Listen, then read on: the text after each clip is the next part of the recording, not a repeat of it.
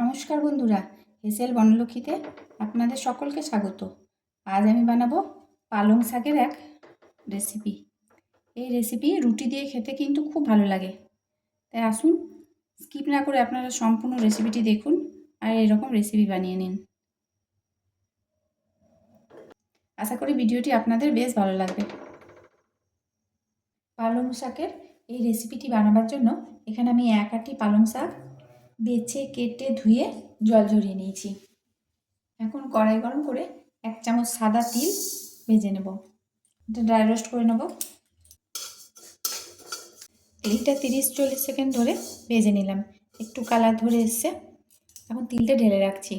এখন এই কড়াইয়ে 1 চামচ বেসন ভেজে নিচ্ছি। 1 টেবিল চামচ বেসন লো ফ্লেমে ভেজে নিতে হবে। বেসনটাও 30 থেকে 40 সেকেন্ড একটু নেড়ে নিলাম। এর কাঁচা গন্ধটা চলে গেছে। এখন এটাও ঢেলে রাখছি। বেসন আর তিলের সাথে নিয়ে নিচ্ছি 1 টেবিল চামচ বাদাম। বাদামটা ড্রাই রোস্ট করা আছে বলে আমি আর ভাজলাম না। বাদামটা আগেই ড্রাই রোস্ট করা আছে। এখন এটা একসাথে মিক্সিতে গুঁড়ো করে নেব। এখন ওই কড়াইয়ে নিচ্ছি 1 চামচ সাদা তেল। ছোটো চামচে 1 চামচ দিলাম। তেলটা গরম হলে দিচ্ছি 2টো কাঁচা লঙ্কা চিড়ে দিলাম। আর দিচ্ছি 4 কোয়া মতো রসুন কুচি করে নিয়েছি, দিয়ে দিলাম। এখন রসুনটা একটু ভেজে নিতে হবে।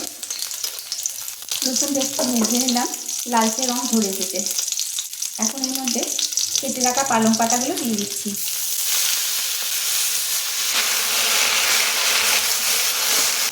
এখন এই পালং শাকটা কিছুক্ষণ নেড়ে নেব। নাড়তে নাড়তে শাকটা কমে গেল, অনেকটাই কমে যাচ্ছে। হাই ফ্লেমে পালং পাতাগুলো নেড়ে নিচ্ছি যাতে পালংয়ের কাঁচা গন্ধটা দূর হয়ে যায়। একটু ভাজা ভাজা করে নিচ্ছি। পালং শাকের এই রেসিপিটা রুটি দিয়ে খেতে খুব ভালো লাগে। একবার এইভাবে পালং শাক রান্না করে রুটি দিয়ে খেয়ে দেখুন, আর কেমন লাগছে তা কমেন্ট করে জানান। পালং শাকটা নেড়ে নিলাম, এর কাঁচা গন্ধটা চলে গেছে। এর থেকে বেশি আর নাড়ব না।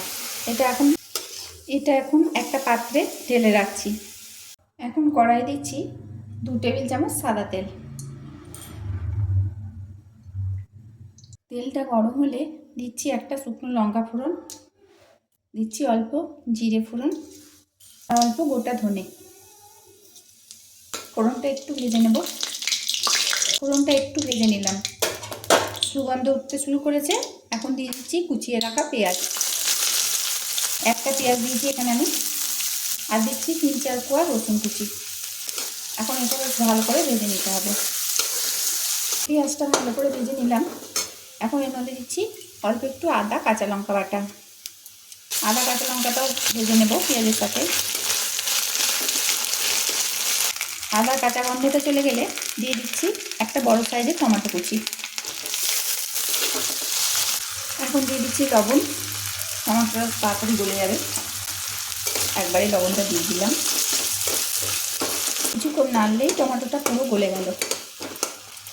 এখন এর মধ্যে এক এক করে সব মশলাগুলো দেবো। দিয়ে দিচ্ছি হলুদ,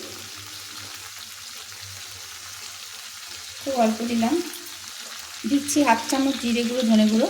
ছোটো চামচে 1/2 চামচ জিরে আর ধনে মেশানো আছে, দিয়ে দিলাম। কালারের জন্য দিচ্ছি অল্প কাশ্মীরি লঙ্কা গুঁড়ো, ছোটো চামচে 1/2 চামচে দিলাম। আর স্বাদের ব্যালেন্সের জন্য অল্প চিনি দিয়ে দিলাম। এখন মশলাটা একসঙ্গে ভালোভাবে কষিয়ে নিতে হবে। মশলাটা ভালোভাবে কষিয়ে নিলাম। এখন তেল ছেড়ে এসেছে। এর মধ্যে দিয়ে দিচ্ছি বাদাম, তিল আর ভেজে নেওয়া বেসন। যে গুঁড়োটা করেছিলাম সেই গুঁড়োটা এখন এর মধ্যে দিয়ে দিলাম। এটা এখন 2 মিনিট এর সাথে আরও নেড়ে নেব। সমস্ত মশলা একসাথে নেড়ে নিতে হবে। বেশিক্ষণ নাড়ার দরকার নেই, যেহেতু বাদাম, তিল, বেসন সব ভাজা আছে। অল্প একটু নেড়ে নিলেই হবে।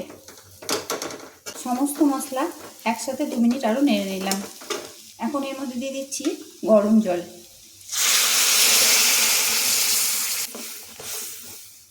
কারিটা ফুটতে শুরু করেছে। এখন এর মধ্যে এই পালংটা দিয়ে দিচ্ছি। ভালো করে মিশিয়ে নিতে হবে। পালং শাকে আগে নুন দেওয়া ছিল না, তাই এখানে মনে হচ্ছে একটু নুন লাগবে, তাই আমি দিয়ে দিলাম।